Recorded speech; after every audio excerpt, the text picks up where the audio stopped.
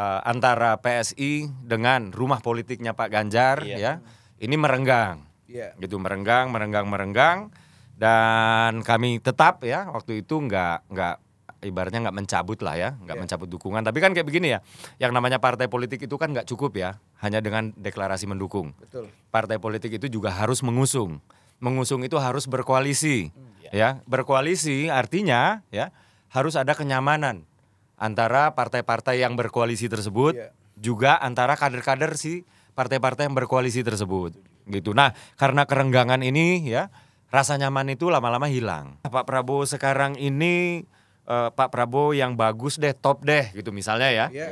Semenjak beliau jadi menterinya Pak Jokowi, gitu ya. Tapi kemudian kalau misalnya Pak Prabowo ini menjadi presiden 2024, kita akan disuguhkan Presiden Prabowo Subianto yang mana nih? Betul, setuju. Ya kan? Yang 2019 sampai 2024 ini atau yang 2019 ke belakang?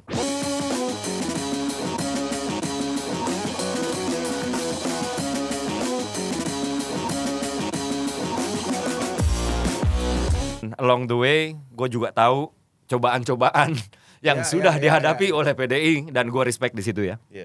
Dan PDI sekali lagi telah melahirkan banyak banget kader-kader bagus, ya. Termasuk di dalamnya itu ada Pak Jokowi, ya. Termasuk di dalamnya ada Pak Ganjar, ya. Termasuk banyak lah gitu. Dan akan tetapi ya. Kalau gue ngeliatnya kayak gini, kalau misalnya di ormas Islam, PDI itu mirip NU. Mereka itu adalah orang-orang kalau di ormas Islam, NU itu kan Islam yang tradisionalis ya. Nah, PDI itu versi nasionalisnya, yang tradisionalis, gitu, yang Soekarnois, gitu-gitulah ya. Nah, sementara gua secara ideologi juga memang nasionalis, tapi branchnya aja yang beda, gitu, branchnya aja yang beda. Jadi mungkin kalau gua kesana nggak cocok kultur internalnya. Soalnya gue orangnya selengean, suka ceng-cengin ketum, kayak gitu-gitu loh. Nah kalau misalnya di PDI gue kayak begitu dijitakin gue bisa-bisa. Dan ya kayak begitulah. Artinya ini menurut banyak teman-teman PDI yang suka cerita sama gue ya. Gimana tuh Bang? Ya di PDI itu semuanya terstruktur rapi. Ibaratnya lu usia sekian lu nggak bisa nyalek di DPR RI. Lo harus nyalek dulu dari daerah tingkat 2 segala macam ya. Terus habis itu satu komando ya. Artinya kalau di atas bilang apa, di bawah ini harus bukan hanya nggak nanya lagi tapi harus melaksanakan. Gitu. Bang Nanda setuju konsep itu? Setuju nggak setuju ya. Ini soalnya ada plus minusnya ya. Karena kalau di PSI itu kadang-kadang ya, setidaknya sebelum eranya Mas Kaisang ya, ketum bikin apa, di bawah masih berdebat nih. Gitu. Jadi komando gitu ya? Apa? Enggak komando gitu Bang. Iya, kadang-kadang kan sistem komunikasi internal yang serba terbuka yang menerima aspirasi dengan terbuka, yang terbiasa dengan kultur debat. Kita di internal terbiasa sekali kultur debat dan ketika berdebat kita sejajar. Gitu. Nah, kadang-kadang kayak gini-gini membuat hasil keputusan itu agak lelet dijalaninnya. Gitu.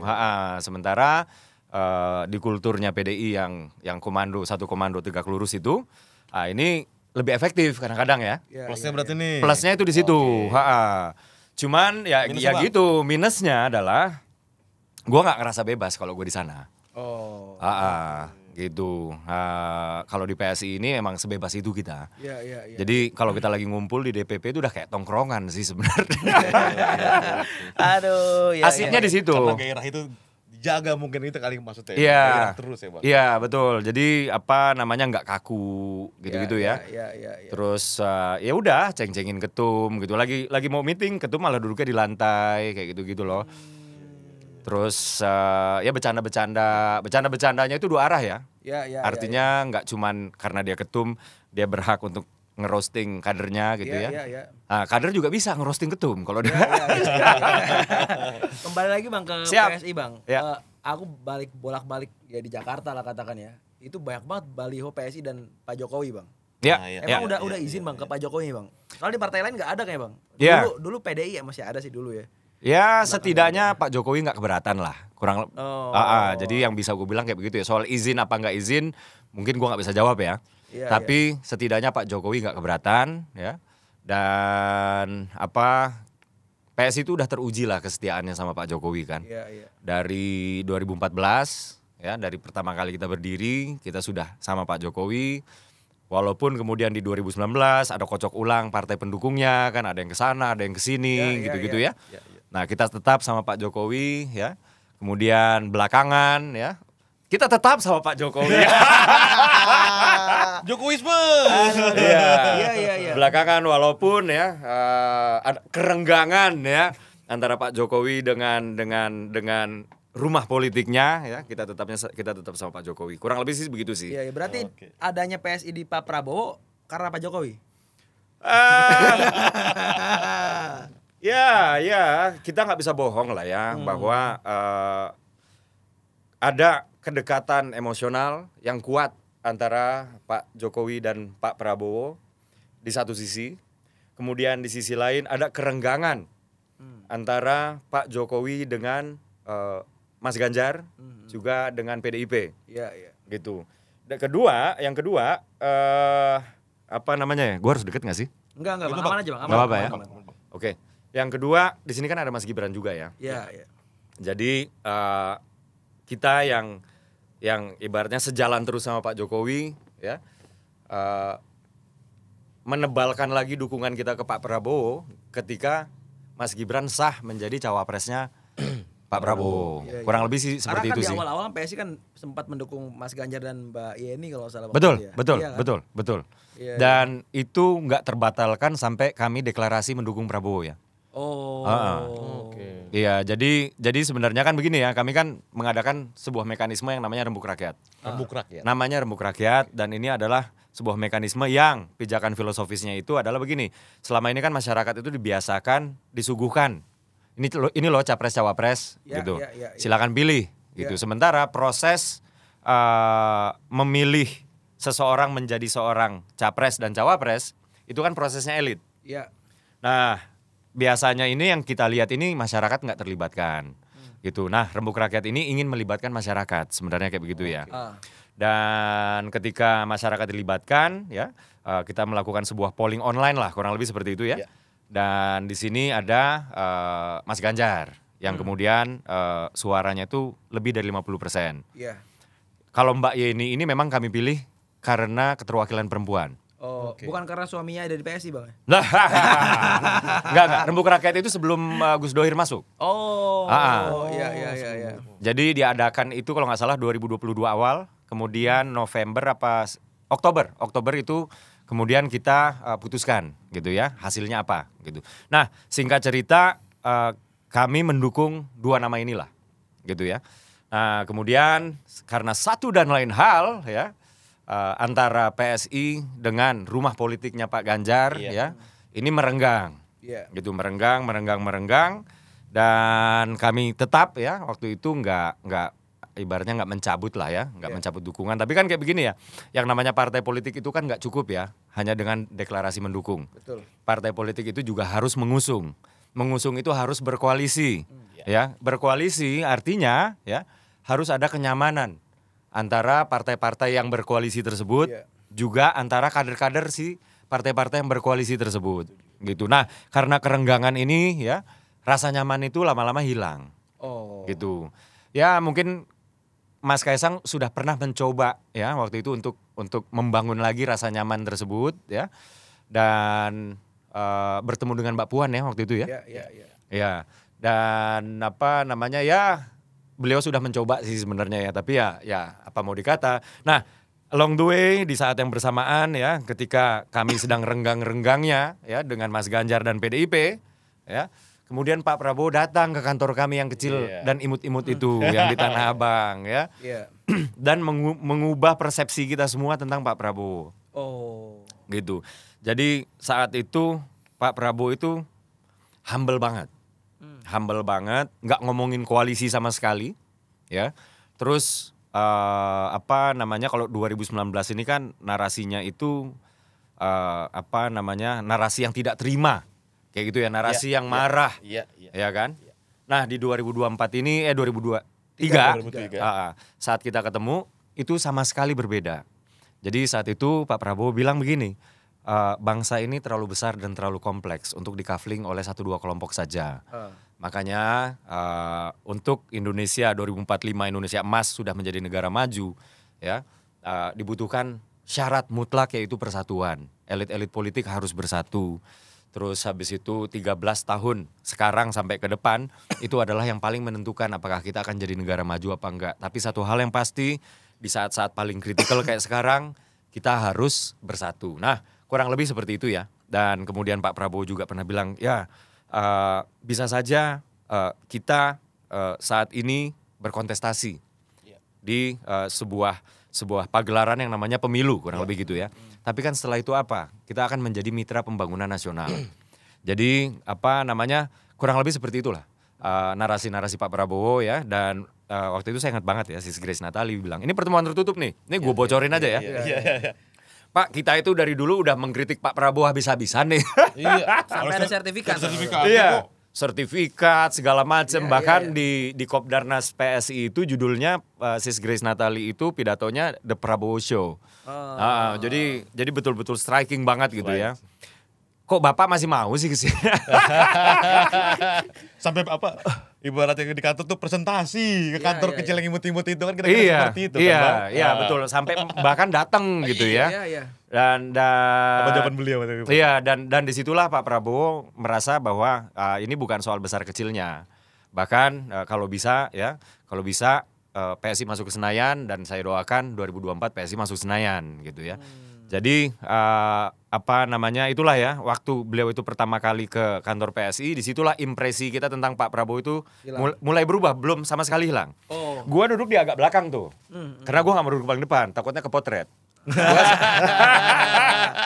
Gua saat itu masih menjadi sekjen sebuah organ relawan pendukung Ganjar, namanya Teman Ganjar. Iya. Gitu. Saat itu Bang? Saat itu, muka gua tegang banget begini. Dan pada saat orang-orang foto-foto sama Pak Prabowo, gue gak mau ikut. Salaman gue gak mau ikut. Karena masih ada Teman Ganjar di belakangnya. Iya.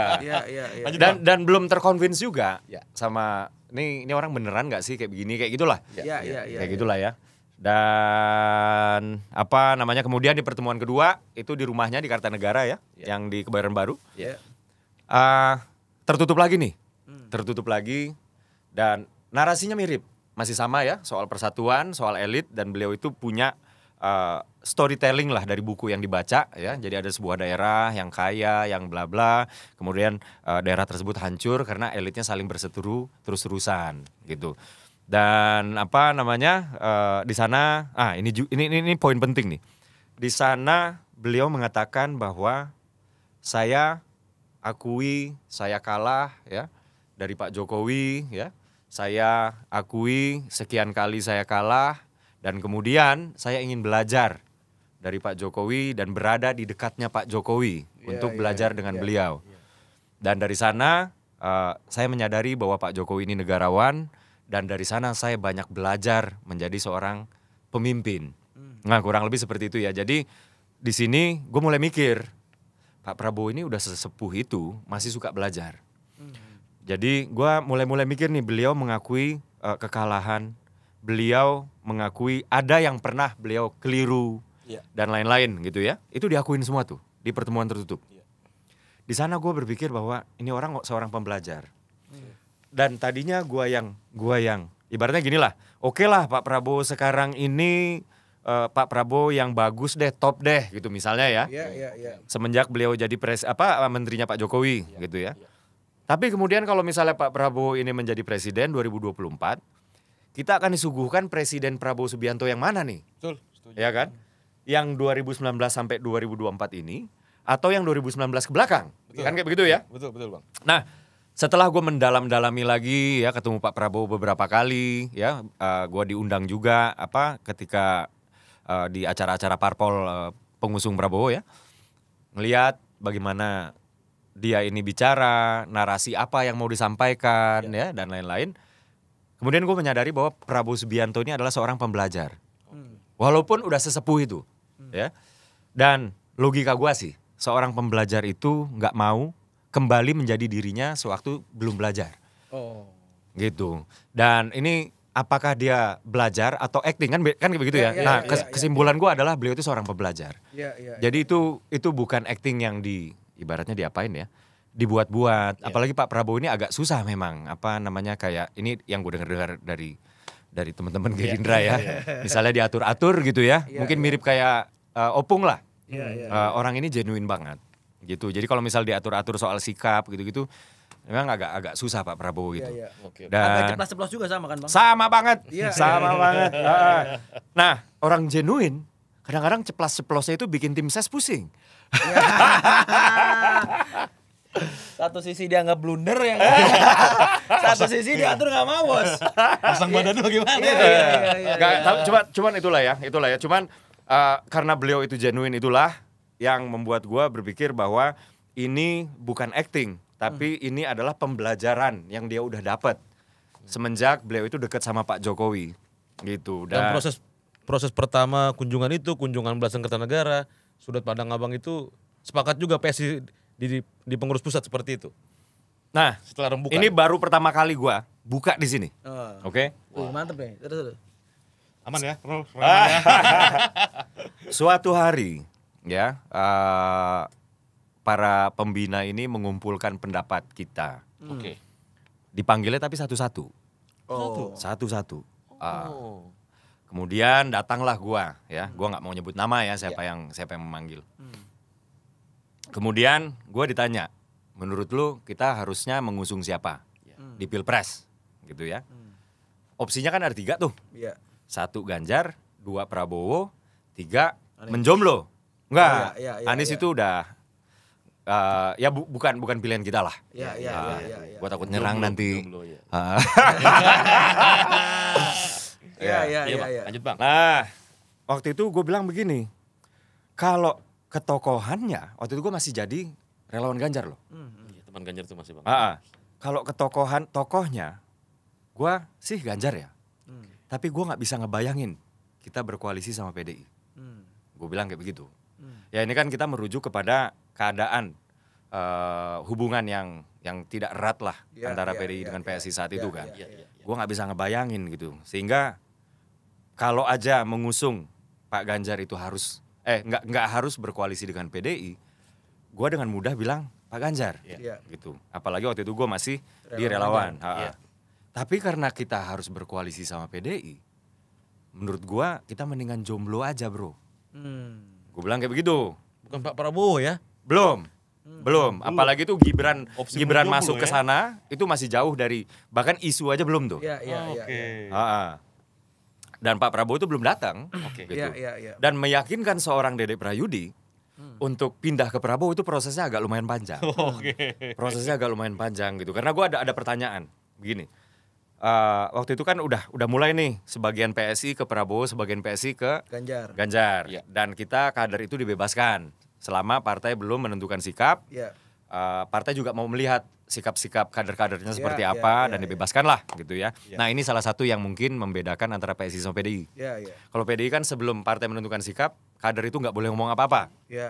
Soal Pilpres. Tegak lurus lah. Tegak lurus. Kalau di PSI enggak, selama partai belum menentukan sikap resmi, silakan kalian diskusi. Silakan.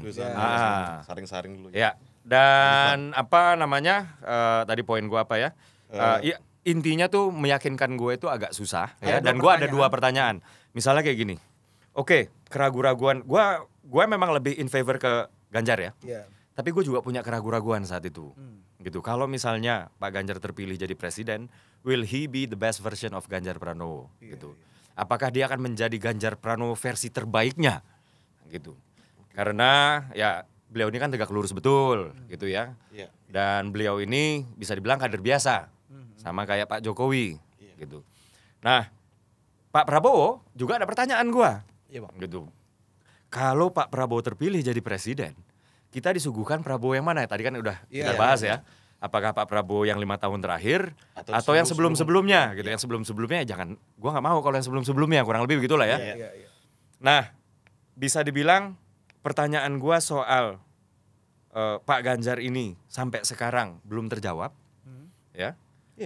Belum terjawab. Artinya gue nggak tahu nih apakah Pak Ganjar akan menjadi versi terbaiknya Pak Ganjar, gitu ya.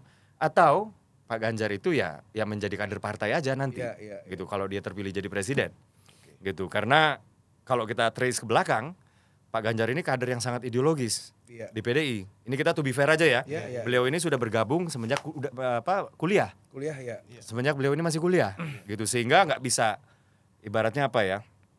Ini mohon maaf nih ya, kalau Pak Jokowi itu baru bergabung setahun sebelum Cawalkot, ya kan, calon wali kota kan. Sementara kalau Pak Ganjar itu beda cerita. Jadi ini bukan soal siapa yang benar siapa yang salah ya. Ini soal gua nganalisis aja gitu. Dan sebagai seorang yang sudah secara ideologis sangat kental ke PDI-annya semenjak kuliah gitu ya. Nah ini rasanya rada-rada sulit buat gua melihat Pak Ganjar akan sebebas Pak Jokowi ketika menjadi presiden. Gitu. Nah, at the same time, pertanyaan gue tentang Pak Prabowo ini semakin terjawab karena intensnya pertemuan.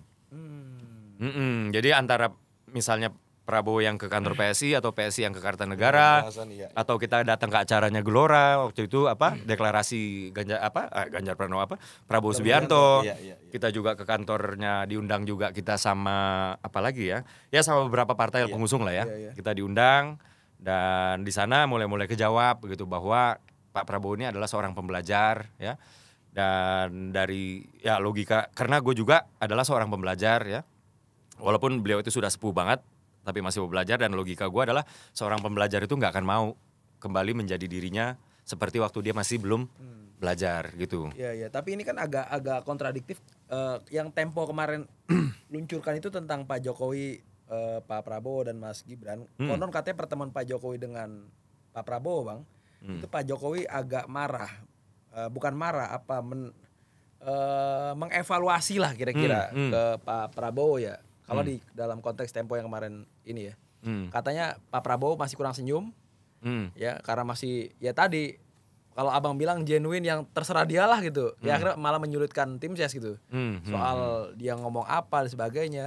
Yang kedua soal nggak pernah naik, Bang. Artinya udah stuck nih 40 sekian ya udah stuck gitu. Itu yang dievaluasi sama Pak Jokowi itu. Kalau yang ditulis di Tempo. Ya, Pak Prabowo mengaku kok kalau Pak Jokowi itu adalah mentornya. Iya. Jadi apabila Pak Jokowi ngasih advice ya, tentu Pak Prabowo akan menerimanya dengan senang hati. Iya. Gitu. Kecuali kalau poles-polesan ala konsultan ya. Nah, ini memang susah Pak Prabowo digituin gitu ya. Tapi kalau misalnya advice dari seorang Joko Widodo, Pak Prabowo udah mengakui ke kita berkali-kali bahwa Jokowi adalah mentor politik saya gitu. Nah, kalau soal kurang senyumnya saya nggak bisa mengomentari karena saya belum baca juga sih. Iya. Tapi kalau soal matematika politik surveinya ya, bahwa Pak Prabowo sudah di atas 45%, tapi nggak juga sampai ke 50% ya. Sebenarnya kalau misalnya ini, gua kan seorang demografer ya, artinya logika gue tuh logika statistik. Dan sekarang kayak begini. Prabowo sendiri elektabilitasnya ya dibandingkan dengan Ganjar Pranowo dan Anies digabung elektabilitasnya menurut survei yang kredibel terakhir ini ya. Katakan LSI, Indikator atau SMRC gitu ya. Ini yang 1 dan 3 digabung pun Pak Prabowo ini masih lebih tinggi. Gitu ya. Kalau kita kemudian menegasikan dulu yang tidak tahu atau tidak menjawab ya. Nah, kalau yang tidak tahu dan tidak jawab ini kita negasikan sementara, artinya Pak Prabowo itu udah di atas 50%. Iya. Ya kan? Cuman kemudian yang tidak tahu tidak jawab ini bagaimana nih? Kan kayak gitu ya. Iya. Nah, kalau misalnya sisanya udah tinggal antara 10% ke bawah atau belasan lah gitu ya, tergantung surveinya ya. Kalau menurut logika statistik sih, ini sebarannya, distribusinya nggak akan berbeda jauh dengan pola yang udah tersedia sekarang. Jadi sih, iya. Sebaran suaranya ya. Ini nggak akan berbeda jauh dari pattern atau pola yang persentase yang ada sekarang gitu. Jadi itulah yang membuat sebenarnya sih nggak perlu khawatir ya soal elektabilitas nggak nyampe 50% sebelum pemilu. Walaupun belakangan ada lagi survei-survei yang menyatakan udah di atas 50% ya. Tapi kalau kita mengacu ke yang belakang yang 40%-an, itu sebenarnya juga secara logika statistik sih kita sangat optimis 1 putaran. Optimis 1 putaran. Sangat optimis 1 putaran. Secara matematika politis menggunakan logika statistik ya.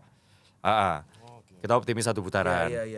Logikanya yang tadi itu, karena sebarannya ini yang tidak tahu tidak jawab ini nggak akan jauh lah dari pola yang sudah terbentuk sekarang, nggak akan signifikan. Sampai hari terakhir nanti, sampai hari terakhir nanti kecuali ada kejadian besar ya, yang menggemparkan ya. Kalau yang ini Bang, yang kemarin lagi rame-rame juga soal Pak Prabowo pasca debat akhirnya nyerang, meskipun tidak memberikan nama ya. Tapi masyarakat akan menilai, oh ini Pak Prabowo lagi ngomongin Pak Anies nih. Ada yang naris Pak Prabowo soal saya memelihara binatang, ya kan, sudah besar, nurut saya, ini membantu manusia, malah nyerang, kira-kira gitu ya. Yang kedua soal malin kundang dan sebagainya. Maksudku akhirnya masyarakat menilai ini 2 mata pisau ya. Dalam konteks malin kundang misalkan, siapa yang berkhianat kan, ya kita udah tahu misalkan ada Mas Gibran yang mungkin dianggap oleh sebagian orang mengkhianati PDI Perjuangan. Ada satu pihak juga yang mungkin Pak Prabowo maksud adalah Pak Anies gitu. Ini gimana Bang di tim saya sendiri Bang? Gue sendiri nggak tahu ya maksudnya Pak Prabowo ya. Apakah itu adalah message yang sifatnya abstrak aja ya, atau apakah itu ditujukan kepada 1-2 person tertentu? Gue nggak tahu ya, karena di tim kami juga nggak pernah dibahas-bahas banget itu buat siapa ya. Dan cuman satu hal yang pasti ya, kalau kita ngeliat ke belakang dan mau jujur ya, antara Pak Prabowo dengan Pak Anies ini ada kedekatan emosional sebetulnya kan. Betul. Mereka itu adalah sebuah kongsi yang cukup akrab lah dulu gitu ya. Yang kemudian sekarang berbeda kubu ya. Yang kalau gua nanya ke teman-teman Gerindra sih ya, Pak Anies ini oleh teman-teman Gerindra dianggap mengkhianati kata-katanya sendiri. Tapi kalau apakah ini menjawab pertanyaan yang dimaksud Pak Prabowo kemudian adalah Pak Anies, gua nggak bisa jawab ya, karena gua nggak bisa memastikan itu. Yang paling tahu adalah Pak Prabowo sendiri ya. Cuman kalau kalau kita tanya ke teman-teman Gerindra, apalagi di meja-meja debat gitu-gitu ya, Pak Anies itu dianggap mengingkari lah ucapannya sendiri gitu ya, yang dimana beliau itu pernah mengatakan bahwa Pak Anies itu nggak akan nyapres selama Pak Prabowo ikut nyapres gitu. Iya. Tapi itu menyulitkan tim ses nggak Bang? Apa tuh? Kalimat-kalimat Pak Prabowo yang dianggap sebenarnya yang menyulitkan itu adalah gorengannya, bukan kalimat Pak Prabowo-nya. Iya, karena kan setiap orang kan bebas menginterpretasikan kan ya. Iya. Nah, kebebasan menginterpretasikan inilah yang kemudian bisa diarahkan ke arah-arah yang sesuai dengan kepentingan yang mengarahkan tadi. Kurang lebih kayak begitulah ya. Sehingga bisa dibangun frame dan lain-lain. Cuma kan ya tim ses mereka melakukan itu, ya tim ses kita ya menolak frame tersebut. Kurang lebih sih seperti itu ya. Tapi apakah ini menyulitkan? Ya sebenarnya ya bukan kalimat Pak Prabowo-nya yang menyulitkan, tapi ya frame dari kompetitor kami ya. Sebenarnya dibilang menyulitkan juga enggak lah, tapi ngasih kerjaan lah. Iya, karena sebagian banyak orang yang menganggap itu blunder yang luar biasa gitu. Yang dilakukan oleh Pak Prabowo. Entah ya soal malin kundang, entah soal apa. Bahkan ada kalimat-kalimat yang dianggap orang kasar ya. Ada goblok, tolol dan sebagainya misalkan yang disampaikan Pak Prabowo. Ya saya ngebayangin kalau jadi tim ses Pak Prabowo, anjir nih kok bikin apa lagi nih gitu. Tapi enggak lah, ternyata enggak berpengaruh kok. Sama elektabilitas ya. Atau mungkin mereka goreng yang kurang jago ya. Atau kita yang terlalu jago meredam gorengan. Beda kalau pakar statistik ngomongnya beda. Kita masuk ke topik ini kali Bang. Siap. Masuk ke yang kan debat keempat nanti nih ya. Iya. Minggu. Bang Dede juga termasuk jubir ini ya untuk saya gue biasanya dikirim ke TV tapi jadi nggak datang ke venue perdebatan. Nggak pernah gue datang ke venue perdebatan. Bahkan pengen banget ngerasain atmosfernya itu katanya lain. Nonton di TV sama ini lain tuh gitu ya. Dari yang Bang Dede udah ikutin, persiapan bagaimana nih Bang debat kedua untuk cawapres berarti ya? Iya. Cawapres, ya. Ada singkatan lagi ya dari. Jadi kira-kira ada jadi ini apa nih? Jangan dilihat sebagai singkatannya ya. Jadi kayak begini loh. Kemarin itu misalnya yang kayak debat ekonomi ya misalnya ya. Kita ngomong hilirisasi itu adalah sebuah istilah gitu. Kita ngomong bahkan kata ekonomi aja sebuah istilah juga gitu. Dan istilah itu kadang-kadang juga datang dari akronim, kadang-kadang datang dari singkatan dan lain-lain gitu. Nah, cuman pertanyaannya adalah apakah pengetahuan si capres dan cawapres tersebut terupdate sesuai dengan topik gitu. Jadi bukan soal singkatan-singkatan sih ya. Justru gua tuh waktu itu respect sama Caimin loh. Beliau tuh nanya, itu artinya apa Mas Gibran? Iya. Kemudian Mas Gibran yang ngasih tahuin artinya apa, kemudian dijawab substansi pertanyaannya oleh Caimin. Iya. Terlepas kita suka nggak suka jawabannya ya, terlepas kita setuju nggak setuju. Kayak gitu loh. Nah, poinnya itu adalah sebenarnya bukan nyari-nyari singkatan untuk ngejatuhin lawan. Poinnya adalah di perdebatan itu kan isi kepala masing-masing pendebat itu kan dikeluarkan gitu ya, dicerminkan oleh kata-katanya kemudian. Sejauh mana beliau-beliau ini memahami permasalahan dan ketika membicarakan permasalahan kita nggak akan bisa lepas dari konsep-konsep. Ketika kita berbicara konsep-konsep kita nggak akan bisa lepas dari yang namanya istilah-istilah. Nah pertanyaannya adalah dengan kondisi kekinian yang zaman itu larinya cepat banget, para kandidat ini updated apa enggak? Artinya Caimin prepare apa enggak? Ya kalau kelimpungan ya artinya nggak update aja sih. Artinya nggak update aja. Cuman kan dua-duanya kan kelimpungan sebenarnya. Caimin sama Prof Mahfud kan dua-duanya kelimpungan gitu. Dan gua rasa sih ini adalah pembelajaran bagus ya. Artinya kedepannya memang para pendebat ini mengupdate lah ilmunya. Gitu. Mengupdate ilmunya. Apalagi topik yang berikutnya ini kalau nggak salah soal lingkungannya, lingkungan ya. Pembangunan berkelanjutan, sumber daya alam ya. Energi pangan. Dan ini isunya sangat kekinian. Persiapan Mas Gibran gimana Bang De? Persiapannya sih kalau dari yang gue lihat ya. Apa ada ini lagi, kalau kata Roy Suryo kan ada apa? Bocoran-bocoran, ada yang ngomong. Ya enggak ada. Roy Suryo kadang-kadang suka sembarangan. Semuanya aja dipasang. Iya, padahal semua pendebat itu kan pakai memang. Iya. Karena kan waktu cuma 2 menit, kalau misalnya kesalahan teknis yang di satu device ada backup dan lain-lain. Cuman persiapan sih ada ya, persiapannya itu belajar dan simulasi ya. Cuman kalau belajar ini kaitannya sama bukan belajar kayak anak sekolah mau ujian ya. Belajar ini kaitannya dengan mengupdate lagi ilmu-ilmunya. Terus habis itu simulasi ini kaitannya dengan menyesuaikan skill pengetahuan tersebut dengan kemampuannya yang sudah sesuai dengan format acara. Gitu, karena format acara ini kan khusus nih. Maksudnya teknis banget. Gitu ya, ada pembukaan, sesi panelis, tanya jawab sesama pendebat, baru habis itu kesimpulan lah kurang lebih begitu ya. Dan dari sesi-sesi tersebut tensinya kan juga beda-beda.